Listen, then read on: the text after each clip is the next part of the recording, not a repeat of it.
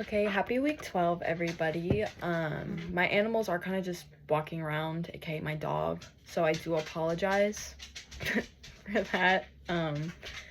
So after engaging with this week's content, reflect on the role you see interdisciplinary collaboration playing for social workers in health or mental health. What do you think are the biggest challenges and opportunities for social workers working in this field? Okay, so the different roles like that she talks about, like in the day in the life of a hospital social worker, she talks about like the different things that she does. So they'll have team meetings, they'll have what they call huddles, I think that's what they called them, and that's where they go over just like treatment courses, just patient information, kind of get each other up to date with what's going on. They also will make things called rounds, where as a team they go to the different patients' rooms and they'll discuss like diagnosis, the treatment, just any other information.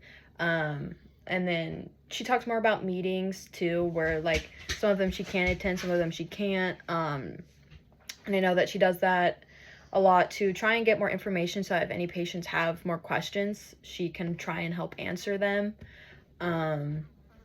Another thing would, she also coordinates with like discharge people to help make plans for discharge, which I thought it was interesting that they actually start coming up with a discharge plan on day one.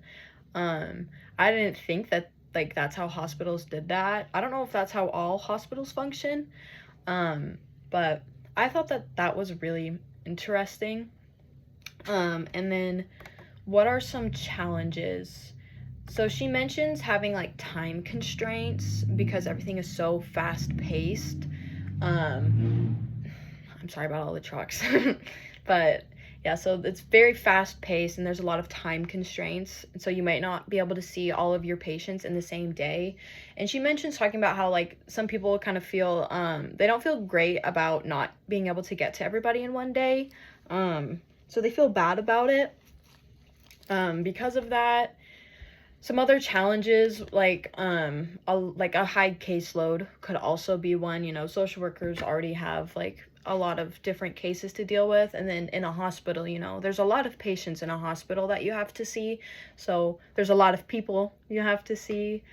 And then like coordinating between different people, so like finding, you know, transportation for these people, or finding places that will accept their insurance to get treatment, trying to get like equipment, things like wheelchairs, walkers. That can also kind of be hard. Some opportunities I would think though is like you get to interact with different people in different fields, like doctors and nurses, things like that. So you get more information, which can also help with training and stuff. She mentions how they do training. So you get training opportunities, so you keep learning.